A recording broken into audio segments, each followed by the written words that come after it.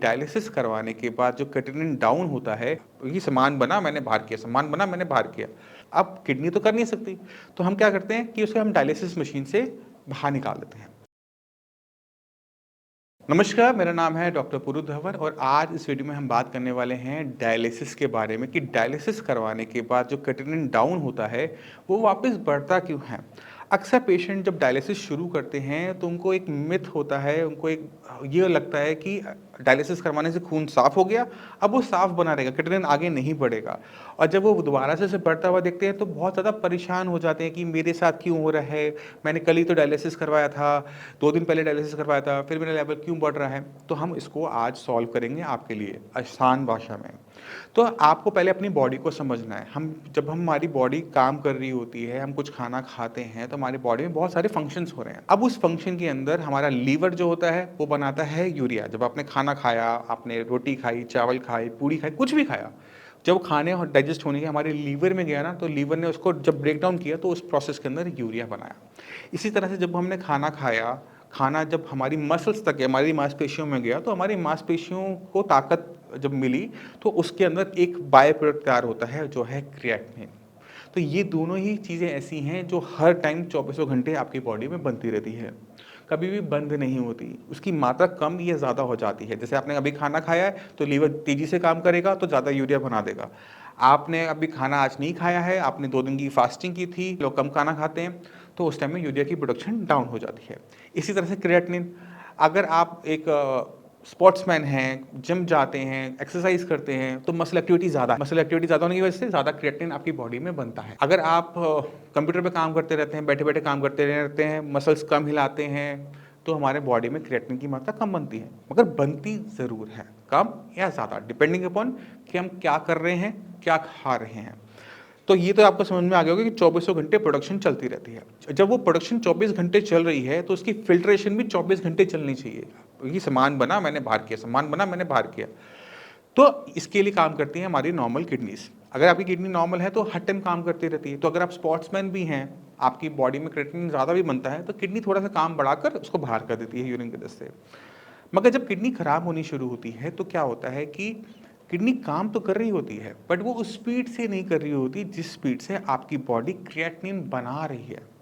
आपने बनाया मान लो 100 ग्राम क्रिएटिनिन, बट आपकी किडनी की कैपेसिटी है खराब होने के बाद 70 की, तो क्या होगा कि 30 ग्राम क्रिएटिनिन, मैं आपको एग्जांपल दे रहा हूँ, ऐसे 30 ग्राम बहुत ज़्यादा होता है, 30 ग्राम क्रिएटिनिन कहीं ना कहीं इकट्ठा होगा। कहाँ इकट्ठा होगा? वो इकट्ठा हो जाएगा आपके ब्लड के अंदर, और जब आप टेस्ट करवाएंगे तो उसके अंदर रिपोर्ट में आएगा। अब जब किडनी बहुत ज़्यादा ख़राब हो जाती है बीपी से, शुगर से, तो एक कंडीशन ऐसी आती है कि ब्लड बहुत गंदा हो चुका होता है। क्रिएटिनिन की मात्रा 9, 10, 11, 12 पहुंच रही होती है। यूरिया का लेवल 150, 200, 300 पहुंच रहा होता है। तो डॉक्टर को लगता है कि अगर मैंने इसको गंदगी को बाहर नहीं निकाला ना, तो ये गंदगी से और ऑर्गन खराब हो जाएंगे। और सबसे खतरनाक असर पड़ता है हमारे हार्ट पे, हमारी मसल्स, क्योंकि वो भी मांसपेशी का बना है, हार्ट सेकंड वो बीट कर रहा है। तो अगर क्रिएटिनिन की मात्रा ज़्यादा है तो चांसेस ये होती है कि वो हार्ट फेल कर देता है। और बॉडी में बहुत सारे सिम्टम भी आ रहे होते हैं, कमज़ोरी है, थकावट है, भूख ना लगना है, ये सारे सिम्टम भी आ रहे हैं। तो हमें क्या करना पड़ता है? उसे ब्लड को साफ़ करना पड़ता है। अब किडनी तो कर नहीं सकती, तो हम क्या करते हैं कि उसे हम डायलिसिस मशीन से बाहर निकाल देते हैं। अब पेशेंट को यहाँ पे जाके सबसे बड़ा मिथ होता है कि मैंने एक बार खून साफ करवा लिया तो मेरा क्रिएटिनिन दोबारा नहीं बढ़ेगा। बट क्या होता है, 2 दिन बाद, 3 दिन बाद दोबारा से देखता है रिपोर्ट तो भाई, जहाँ से क्रिएटिनिन शुरू किया था 12-13 पे डायलिसिस करवाया था, फिर वो दोबारा से 12-13 पर पहुंचा हुआ है। वो इसलिए क्योंकि हमने एक बार साफ ज़रूर कर दिया डायलिसिस मशीन से, बट बॉडी ने प्रोडक्शन बनने की कम नहीं की, बॉडी ने दोबारा बनाया। क्योंकि किडनी कम काम कर रही थी तो दोबारा से बॉडी के अंदर क्रिएटिनिन इकट्ठा हो गया। और इसी वजह से हमें बार बार डायलिसिस करवाते रहना पड़ता है, ब्लड को साफ रखने के लिए और अपने ऑर्गन्स को बचाए रखने के लिए कि पेशेंट की जो जान है वो बची रहे। अब डायलिसिस के बारे में, डायलिसिस किसी को भी बोल दो वो बहुत डर जाता है कि मुझे डायलिसिस नहीं करवाना, मैं मर जाऊंगा, मैं डायलिसिस नहीं करवाना। बहुत पेशेंट बोलते हैं। आप अगर वीडियो देख रहे हैं, डॉक्टर ने आपको डायलिसिस बोला, तो आपके माइंड में भी डर होगा कि कुछ भी हो जाए डायलिसिस नहीं करवाऊंगा। क्योंकि आपके घर के आसपास कोई ना कोई ऐसा पेशेंट ज़रूर होता है जिसको आपने डायलिसिस करवाते हुए देखा हुआ होता है। और जब हम डायलिसिस कोई पेशेंट करवा रहा होता है तो डायलिसिस में जब हम क्रिएटिनिन और यूरिया बाहर निकालते हैं तो बहुत सारी ऐसी चीज़ें निकल जाती हैं जो कि नहीं जानी चाहिए। अगर सिर्फ गंदगी निकले तो डायलिसिस जो है वो सबसे बेस्ट है, बट जब हम गंदगी निकाल रहे होते हैं तो साथ में प्रोटीन है, विटामिन हैं, मिनरल्स हैं, वो भी फिल्टर आउट होने शुरू हो जाते हैं और बॉडी के अंदर डेफिशिएंसीज बननी शुरू हो जाती है। शरीर जो है वो कमज़ोर होना शुरू हो जाता है, वीकनेस आनी शुरू हो जाती है, पेशेंट वीक होता चला जाएगा और हम क्या देखते हैं कि कुछ टाइम के बाद पेशेंट की वीकनेस की वजह से डेथ हो जाती है। इसी वजह से जब किसी को पता है कि जिसने डायलिसिस किसी और का देखा हुआ है, उसको पता लगता है कि उसको डायलिसिस करवाना, तो उसे बहुत ज़्यादा डर लगता है कि मैं कुछ भी हो जाए डायलिसिस नहीं करवाऊंगा। तो अगर किसी किडनी फेल पेशेंट को अपना डायलिसिस रोकना है किसी भी तरीके से, तो कोई शॉर्टकट नहीं है, आपके पास सिर्फ एक ही रास्ता होता है, वो है अपनी किडनी की फंक्शनिंग को बढ़ाना। क्योंकि बस वही एक ऑर्गन ऐसा है, वही एक ऐसी मशीन ऐसी है जो सिर्फ गंदगी को बाहर निकालेगी बट काम की चीज़ों को अंदर रखेगी, बॉडी में वीकनेस नहीं आने देगी, जैसा वो सबके साथ करती है। अब अपनी किडनी जो हमारी ख़राब हो रही है, अगर आप इसके साथ हार मान जाते हो कि ठीक है ख़राब हो गई, चलो कोई बात नहीं, तो हमारा पे काम ख़राब हो जाता है। आपको समझने की ज़रूरत ये है कि जब क्रिएटिनिन की वैल्यूज़ बढ़ रही हैं, तो सबसे पहला काम आपका बनता है कि जो क्रिएटिनिन की वैल्यूज़ है उसे बढ़ना रोको, क्योंकि अगर क्रिएटिनिन की वैल्यू बढ़ना रुक गई तो बीमारी कहीं ना कहीं रुक गई। मान लो कि आज के डेट में आपका क्रिएटिनिन की वैल्यू 4 है, ठीक है, 4 का मतलब होता है कि 60% किडनी खराब हो चुकी है। अगर मैं कुछ ऐसा करूं कि मेरा जो लेवल क्रिएटिनिन का 4 है वो 4 बना रहे अगले 10 साल तक, कैसा रहेगा? मैं कम नहीं कर रहा, मैं दोबारा से बोल रहा हूँ, मैंने यहाँ पे क्रिएटिनिन कम करने की बात नहीं की, मैंने कहा कि आपका क्रिएटिनिन 4 है और 10-20 साल वो 4 बना रहे, तो 4 के लेवल पे कोई सिम्टम तो होते नहीं। अगर मेरे को 10-20 साल क्रिएटिनिन लेवल 4 बना रहे तो मेरा डायलिसिस तो 10-20 साल खिसक गया आगे। मेरी आज 40 साल है एज, मैं तो 60 साल का हो जाऊंगा। 60-70 साल में जाकर मुझे डायलिसिस करवाना भी पड़ रहा, तो हर्ज क्या है उसके अंदर, कोई दिक्कत नहीं है। तो हमने सबसे पहले क्या करना होता है कि किडनी को आगे खराब होने से रोकना होता है। अब आपके शरीर में 80% केसेस के अंदर तो बहुत क्लियर है रीज़न, वो है बीपी और शुगर। तो अगर मैं बीपी शुगर कंट्रोल कर लेता हूँ तो मुझे सिर्फ बेनिफिट क्या होगा? बीपी शुगर कंट्रोल करने से सबसे बड़ा बेनिफिट आपको ये मिलेगा कि जो बीमारी आपकी बढ़ रही थी, जो क्रिएटिनिन लेवल पहले आपका 2 था, फिर 3 हुआ, अब वो 4 है, वो बढ़ना बंद कर देगा या बहुत स्पीड से बढ़ेगा। तो आप जो किडनी खराब होनी थी कुछ महीनों में, वो अब कुछ सालों में जाके खराब होगी, और वो साल डिपेंड करता है आप पे कि कितनी मेहनत से आप अपनी बीपी और शुगर को कंट्रोल में रखते हो। तो ये हो गया सबसे पहला स्टेप जो आप सभी ने करना है कि बीपी शुगर कंट्रोल कर कर अपनी किडनी को आगे खराब होने से रोकना है। बीपी नॉर्मल होता है 120-80, जो इसमें नीचे वाला 80 वाला है, 80 वाला है, अगर ये आप ये 70-80 की रेंज में रखते हो तो किडनी हमारी बची रहती है। और शुगर का लेवल होता है 200, जिस पे किडनी को जाकर नुकसान होता है, इससे ऊपर जाकर नुकसान होता है। तो अगर आप अपने शुगर लेवल को 180 तक रखते हो, 180 190 तक, तो इस रेंज के अंदर आपकी किडनी को नुकसान नहीं होता। शुगर होगी पर नुकसान नहीं होगा। तो ये दो फिगर अपने माइंड में रखो, ब्लड प्रेशर का नीचे वाला 70-80 की रेंज और शुगर का लेवल 180 से नीचे, चाहे फास्टिंग और पीपी हो रैंडम। अगर आप ये दो चीजें अचीव कर लेते हो, सिर्फ ये दो चीजें अचीव कर लेते हो, तो आपकी किडनी को नुकसान होना बंद हो गया या फिर कम हो गया। तो आपको क्या है, जो किडनी आपकी बची हुई है ना, वो एक लंबा टाइम स्पेन दे जाएगी, वो 10-20 साल आपको आराम से निकाल जाएगी। तो पहली चीज़ आप ये करोगे। अब जब किडनी के अंदर हम बात कर रहे हैं, क्रिएटिनिन लेवल 4 है, 60% किडनी हम कह रहे हैं कि वो काम नहीं कर रही, तो किडनी के अंदर कुछ हिस्सा ऐसा होगा जो मर चुका, लिटरली बोल रहा हूँ मर चुका है। कुछ हिस्सा ऐसा होगा जो मरने वाला है, अगर बीमार है, मरने वाला है, अभी मरा नहीं है, काम नहीं कर रहा। तो अगर किसी तरीके से हम ये जो अभी जिंदा पार्ट है, जो नेफ्रॉन काम कर सकते हैं, जो वीक हैं, अगर हम उन पे काम कर जाए ना, तो हमारा क्रिएटिनिन वैल्यूज डाउन हो जाती हैं। आपका लेवल जो 4 था वो 2 पर आ जाता है और बहुत सडनली चेंजेस आने शुरू होते हैं, क्योंकि अब क्या है, बीपी शुगर से नुकसान हो नहीं रहा, और जब हम नेफ्रॉन्स के लिए, हमें ताकत के लिए काम करना था, उनकी जो बीमारी थी उन पे काम करना था, और हमें रिजल्ट्स बहुत शार्प देखने को मिलते हैं। इसी वजह से जो पेशेंट डायबिटीज़ की वजह से किडनी खराब हो रही होती है, उनमें रिजल्ट्स बहुत स्पीड से आते हैं इन कंपेरेटिव उन लोगों की जिनकी किडनी बीपी से खराब हो रही होती है, क्योंकि वहाँ पे किडनी का जो स्ट्रक्चर है वो काफ़ी हद तक बदल चुका होता है। तो आप कुछ रिपोर्ट्स देखो, पेशेंट की इंटरव्यूज देखो, तो आपको क्लियर कट आइडिया मिलना शुरू हो जाएगा कि किस तरह से जो मैं कह रहा हूँ उसमें कितनी सच्चाई है। नमस्कार, मेरा नाम है डॉक्टर पुरु धवन और आज हमारे साथ हैं सुबिंदर जी। तो सुबिंदर जी की जो लेवल थे वो थे क्रिएटिनिन के लेवल 10 फरवरी के अंदर, और अभी हमने इनको ट्रीटमेंट दिया 1 महीने का, लेवल इनके हो गए हैं आज के डेट में 7.32। तो हमने तकरीबन 3-3.5 पॉइंट का ड्रॉप देखा है एक ही महीने में। तो सुबिंदर जी, पहले मुझे बताओ कि आपकी दिक्कत शुरू कब हुई थी? ये 2014 में हुई थी सर। और 2014 में क्या दिक्कत महसूस कर रहे थे आप? कुछ नहीं, प्रोटीन आ रहा था मुझे बाथरूम में। 2014 से 2023 तक आते आते तकरीबन 9 साल हो गए। 9 साल 9 साल में आपका किडनी लेवल 0 से शुरू होते हुए आया है ये 10.5 तक, 11 तक, जी 10.95। 9 तो इस बीच में आपने मेडिसिन ली थी नहीं ली हाँ थी? इंग्लिश मेडिसिन ली थी मतलब अपने 9 साल आपने कंटिन्यूस मेडिसिन ली, कंटिन्यू तो मेडिसिन लेने के बाद भी लेवल बढ़ते चले गए। बढ़ते चले गए। तो फरवरी में आपको क्या दिक्कत महसूस हो रही थी जब आप आए? उल्टी हो रही थी, खाना नहीं खाया जा रहा था, 2 महीने से बिल्कुल खाना नहीं खा रहा है। डॉक्टर्स ने क्या बोला था, क्या करना है? डायलिसिस कराओ या ट्रांसप्लांट कराओ। अच्छा, लेकिन फिर आपके साइंस संजीवनी का मेरे एक दोस्त थे मिलने वाले, उन्होंने बताया, फिर मैं आपसे कांटेक्ट किया। आने के बाद मैंने दवाई स्टार्ट की, तो अब मैं खाना भी खा रहा हूँ और मुझे ऐसा लगता ही नहीं है कि मैं बीमार हूँ। वो तो हमें भी आपकी बात करने के तरीके से ही लग रहा है सर, कि आप बीमार नहीं है।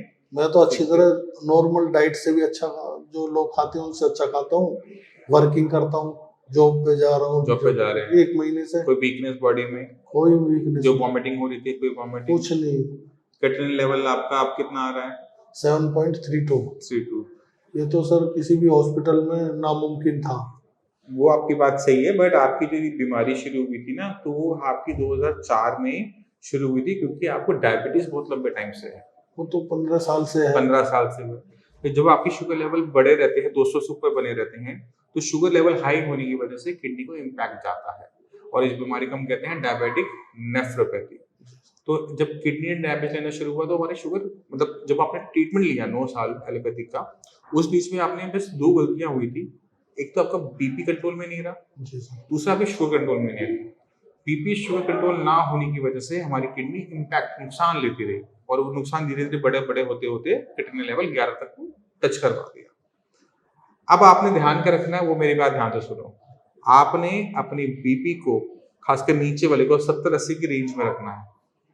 जैसे ही वो 80 प्लस में जाए, 85 देख रहे हो, आपने डॉक्टर दे रखा है मैंने आपको, आपने उन्हें कॉल करना है। शुगर 180 से नीचे रहनी चाहिए। आज आपकी 200 आई है, बट ये आज आपको माफी दे रहा हूँ, बट अपनी मेडिसिन जो आपको बताई है शुगर की, वो आप स्टार्ट करोगे, और उसको डेली चेक करो कि मेरी शुगर कितनी आ रही है, खाली पेट भी, खाने के बाद भी। अगर लगता है कि शुगर बहुत ज्यादा आ रही है, तो आपने रिपोर्ट करना है, और अपनी मेडिसिन को बदलने का टाइम हो चुका होता है, तो हम उसको बदलेंगे। क्योंकि अब आपकी उम्र है 48, 50 साल की हो गई, 30 साल मुझे इस किडनी से काम लेना है। 30 साल में तब ले पाऊंगा जब से कोई नया नुकसान ना हो, और नया नुकसान तब तक नहीं आएगा जब तक बीपी शुगर दोबारा से नहीं आता। ठीक है, ये जो लेवल हमारा 11 से जो हमारा ये 7 पर आया है, ये रिकवरी है, क्योंकि डायबिटिक नेफ्रोपैथी के अंदर जो रिकवरी होती है वो अच्छी होती है। अगर यहीं पे किडनी को नुकसान सिर्फ बीपी से हुआ होता, तो ये रिकवरी में ऐसे देखने को ना मिलती। जो पार्ट डायबिटीज का है वो जल्दी सुधरता है, जो पार्ट नुकसान हुआ है बीपी से वो धीरे धीरे सुधरता है। तो हमारा जो डायबिटीज वाला पार्ट था वो तो फास्ट 1 महीने में 4 पॉइंट नीचे, तो वो हमें अभी कंटिन्यू करना है। लेवल हमारा 11 के आसपास का है, वो 5 तक हमारा नीचे जा सकता है। ठीक है, अब जरूरी है उसे मेंटेन करना। लेवल 5 हो गया ना, उसे 30 साल चलाना भी है। तो खाने का ध्यान रखना कि बॉडी में वीकनेस ना आए, इस चीज का ध्यान रखना। मेडिसिन मिस नहीं करनी है, एक्सर्शन नहीं करनी है, हैवी एक्सरसाइज नहीं करनी है। ठीक है, खाने पीने के अंदर थोड़ी बहुत दाल, थोड़ा बहुत दूध जो दे रखा है उसे आप कंटिन्यू करोगे, और वो ऑलमोस्ट लाइफ टाइम का है, चाय कॉफी बंद रहेगी। ठीक है, इन चीजों का आप ध्यान रखो, बाकी काम हमारा। ठीक है, तो अब ये बताओ कि हमारा जो एक्सपीरियंस रहा साइंस इंजीनियरिंग के साथ कैसा रहा? डॉक्टर साहब, मैं तो यही कहूँगा कि लोगों से कि कहीं ना जाके यहाँ आए, और इतना अच्छा इलाज है और इतनी अच्छी सपोर्ट से आप बात करते हो। पेशेंट आता तो वैसे ही ठीक हो जाता है आपको देख के। नहीं, देखो आपको ना बीमारी को समझना पड़ता है, और पेशेंट अगर बीमारी को समझना शुरू कर देता है ना अपनी बीमारी को, तो वहां से काफी हद तक इलाज हो जाता है। क्योंकि बीपी हम आके रोज चेक नहीं कर सकते, शुगर हम रोज आके चेक नहीं कर सकते, ये दोनों ही मशीनें अवेलेबल है। पेशेंट को चाहिए कि अपना बीपी शुगर रोज चेक करे, वो भी दवाई खाने से पहले लिखे उसको। अगर लगता है कि दिक्कत है, तो मैं तो डॉक्टर दे रहा हूँ यहाँ से, जी जी। फटाफट इस पर एक्शन ले। नहीं, क्योंकि जितना आप डिले करोगे, मान लो आपका बीपी बढ़ा हुआ है, आप सोच रहे मेरी डॉक्टर के साथ डेट 1 महीने की बात की है, आप 1 महीने बाद जाओगे, तब तो जो नुकसान होगा वो रिपोर्टों में भी दिखेगा। तो आपको बहुत तेजी से एक्शन लेना होता है। तो अगर आप किडनी के पेशेंट हो, बीपी शुगर आपका हाई रहता है, तो उसमें बहुत शिफ्टली काम करो, बहुत स्पीड से काम करो कि वो कंट्रोल में रहे। क्योंकि किडनी को एक बार जो अंदर हिस्सा मर गया, वो किसी भी कीमत में जिंदा नहीं होने वाला। आप जिंदगी पार्ट को जो बीमार है, काम नहीं कर रहा, उसको बस काम पे लेकर आ सकते हो। इसी वजह से लेवल आपका 11 था, वो नॉर्मल नहीं होगा, वो 5-6 तक कहीं पर जाके कहीं पे वो रुकेगा। 7 पर हम आ गए 1 महीने में, 1-2 महीने के अंदर हम वो 6 को टच कर जाएंगे। फिर वहां पे मेंटेन करने वाला काम है। अच्छा ये होता है कि किडनी को नुकसान पहुंचने ही मत दो, उसको नुकसान इतना बड़ा होगा उतनी परेशानी हमारी बढ़ती है। ठीक है, तो आप लोगों ने जो किडनी के पेशेंट हैं इस वीडियो को देख रहे हैं, तो अपनी बीमारी को समझने की कोशिश करो कि आपकी किडनी को नुकसान किस वजह से हो रहा है और क्या गलती कर रहे हो कि आपका क्रिएटिनिन लेवल बढ़ता जा रहा है। अपनी मेडिसिन निकालो, एक एक मेडिसिन को गूगल पे खुद ब खुद सर्च करो कि आप ये मेडिसिन किस पर्पस के लिए खा रहे हो, आंख बंद करके मत खाओ। तो आप खुद ब खुद समझना शुरू करोगे कि जो भी मेडिसिन आप ले रहे हो आज की डेट में, उसमें कोई भी किडनी की मेडिसिन नहीं है, क्योंकि एलोपैथी में अब तक किडनी की मेडिसिन बनी ही नहीं है। तो इस वजह से मेडिसिन लेते लेते भी हमारे लेवल बढ़ते चले जाते हैं। तो जरूरत है अवेयरनेस की, जरूरत है आप अपनी बीमारी को समझो और उसके लिए आप जो ट्रीटमेंट ले रहे हो उसको भी समझो कि वो मेरी बॉडी पे कैसे एक्शन लेने वाला है। एलोपैथिक मेडिसिन जरूरी है बीपी शुगर को कंट्रोल करने में, बट वो किडनी को रिवाइव नहीं कर सकता। डॉक्टर साहब जैसा आपने बताया उसी हिसाब से मेडिसिन ले रहा हूँ मैं, और पहले तो पेट भी ठीक नहीं रहता था, अब तो पेट भी ठीक रहने लगा। देसी दवाई है ना, वो काम पेट पर पूरा करती है। काम कर रही है। अब मुझे बिल्कुल भी फीलिंग ये नहीं हो रहा कि मैं बीमार हूँ डॉक्टर साहब। और आत्मा वो बढ़ गया कि जब 1 महीने में 4 कम हुआ है तो दूसरे महीने में इतनी उम्मीद मत रखना, दूसरे महीने में फिर भी 1-2 तो कम होगा। हाँ, अगर मान लो अभी जो 7.3 आ रहा है वो अगर मान लो 7 भी आता है, 6.5 भी आता है, वो सफिशिएंट है, क्योंकि स्पीड डाउन होती है। जी जी, स्पीड डाउन होती है और हमारी जो लिमिट है वो 11 से थी, वो हम 5 तक, ये तो अब डिस्टेंस कम रह गया है। और टाइम बहुत इंपॉर्टेंट होता है। आपके शरीर में जख्म होता है तो वो टाइम से भरता है, अगले दिन तो भरेगा नहीं ना, चाहे आप जितनी अच्छी मर्जी पट्टी कर लो, जितना मर्जी अच्छा आप लोशन लगा लो, वो ठीक तब होगा जब उसे टाइम मिलेगा। किडनी के साथ भी ऐसा है, किडनी अगर रिकवर करना चाहती है तो टाइम देना बहुत जरूरी है। अगर टाइम हम तब दे पाते हैं जब उसके कोई नया नुकसान ना हो, नुकसान रुकेगा तो इसको रिकवरी मिल जाती है। वही हमने आपके साथ देखा, वही हमें अब बाकी सारे पेशेंट डॉक्टर साहब एक चीज और भी है कि डायलिसिस बता दिया था। अभी तो नहीं है, देखो अब तो नहीं है, लेवल हमारा 8 से नीचे आ गया, तो अभी तो हमें डायलिसिस की रिक्वायरमेंट नहीं है। ठीक है, कोई क्वेश्चन है जो पूछना चाहते तो पूछो, कोई दिक्कत नहीं है। नहीं डॉक्टर साहब ये पूछना था, अब तो मुझे खुद भी इतना विश्वास हो गया है जब से मैं यहाँ से दवाई खा रहा हूँ कि अब मुझे डायलिसिस नहीं होगी। अभी फिलहाल नहीं। मैं तो यही कहता हूँ जितने भी देखो पेशेंट, मैं उसको भी क्लियर कर देता हूँ, कैमरे पे क्लियर कर देता हूँ, हमारे लेवल डाउन जरूर हुए हैं। अब एक दिक्कत और है, वो है उम्र। आपका बुढ़ापा मैं रोक नहीं सकता, जी सर, तो जैसे जैसे आपका शरीर बूढ़ा होगा किडनी भी बूढ़ी होगी। किडनी बूढ़ी होने की वजह से वो अपने फंक्शन को धीरे धीरे खोएगी। तो हम क्या देखेंगे, लेवल 5 पे आए, फिर वो धीरे धीरे ऊपर की तरफ कुछ सालों में बढ़ना शुरू होगा। तो टाइम होगा, कुछ साल लगने उसमें। जब वो बढ़ रहा होगा तो हमें घबराना नहीं होता, हमने और एग्रेसिव हो जाना होता है। ठीक है, और बुढ़ापा हमें धीरे धीरे आए इसके लिए अच्छा खाना खाना जरूरी है। अगर आप खाने में बहुत कमी कर देते हो तो वीकनेस की वजह से बुढ़ापा जल्दी आता है, किडनी स्पीड से खराब होती है। तो उन चीजों का ध्यान रखते हुए खाना अपना अच्छा बनाए रखना, और कोशिश ये रहेगी कि इस जन्म में आपको ना डायलिसिस करवाना पड़े ना ट्रांसप्लांट तो करवाना। सर डॉक्टर साहब इतना तो बहुत है, ये तो मैं भी समझता हूँ कि वो चीज़ तो होगी नहीं जो हाँ, बीमारी तो साथ रहेगी, लेकिन ये है कि 10-5 साल बिना डायलिसिस के निकल जाए। 10-5 साल से ऊपर निकल जाएंगे आपके। मेरे डॉक्टर साहब इतना निकल लंबा जाएगा निकल तो जाएगा। आपका बड़ा धन्यवाद, हाथ जोड़ के रिक्वेस्ट इतना हम कर देंगे, आप बस बीपी शुगर को ठीक रखोगे तो हम आपको 20 साल तो 10-15 साल का उम्मीद करते हैं कि आराम से हमारे लिए। डॉक्टर साहब ये इतना तो किसी भी जगह गया हूँ कहीं से रिस्पॉन्स नहीं मिला था इतना। नहीं, वो हो जाएगा, बस आपने जो आपको समझाया बीपी शुगर उसका आपने ध्यान रखना है। ठीक है, तो उम्मीद करता हूँ इस वीडियो से आप काफी कुछ सीखे सुबिंदर जी से, कि हम अपनी किडनी को काफी हद तक सुधार कर सकते हैं, बट हमें शर्त यही होती है कि जिसकी वजह से किडनी खराब हो रही है उसे कंट्रोल में लेकर आना। तो आपने खुद देखा कि 1 महीने के अंदर लेवल जो था वो था 11, 1 महीने बाद क्या हुआ, लेवल 7। अभी 11 से 7 आपको लगता है छोटा फॉल है, बट अगर हम इसको कैलकुलेट करें तो 30% तक किडनी ने फंक्शनिंग उठाई। 11 पे तो पेशेंट को डायलिसिस बोला हुआ था, बट हमने क्या किया, हमने सिर्फ जिस पार्ट जो मरा नहीं था उसको दोबारा से काम पे लगा दिया कि बेटा आप काम पे लग जाओ। तभी हमें 30% का इंप्रूवमेंट सिंगल मंथ में देखने को मिला।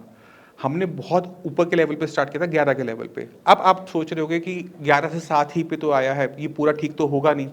आपकी बात सही है कि अगर किडनी बहुत ज़्यादा खराब हो चुकी होती है तो वो फुल रिकवर कभी भी नहीं करती। किडनी के अंदर जो हिस्सा मरा हुआ है उसे कोई भी डॉक्टर ज़िंदा नहीं कर सकता। अगर मैं किडनी की इतने से हिस्से को भी अगर ज़िंदा कर पाऊँ ना, मरे को ज़िंदा, तो पूरी बॉडी को ज़िंदा करना आसान हो जाता है।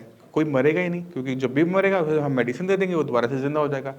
तो ऐसा प्रैक्टिकली पॉसिबल अभी तो नहीं है, आगे फ्यूचर में हो पता नहीं, बट आज की डेट में ये प्रैक्टिकली पॉसिबल नहीं है।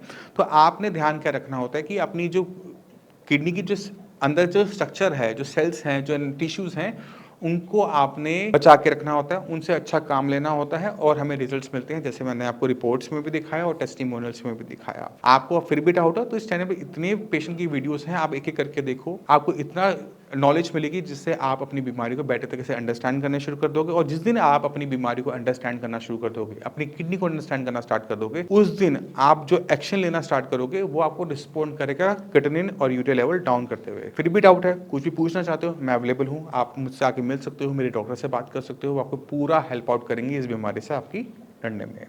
इसी के साथ आप सभी हमें चलने की आगे चाहूँगा। मिलते हैं अगली वीडियो में, तब तक के लिए नमस्कार।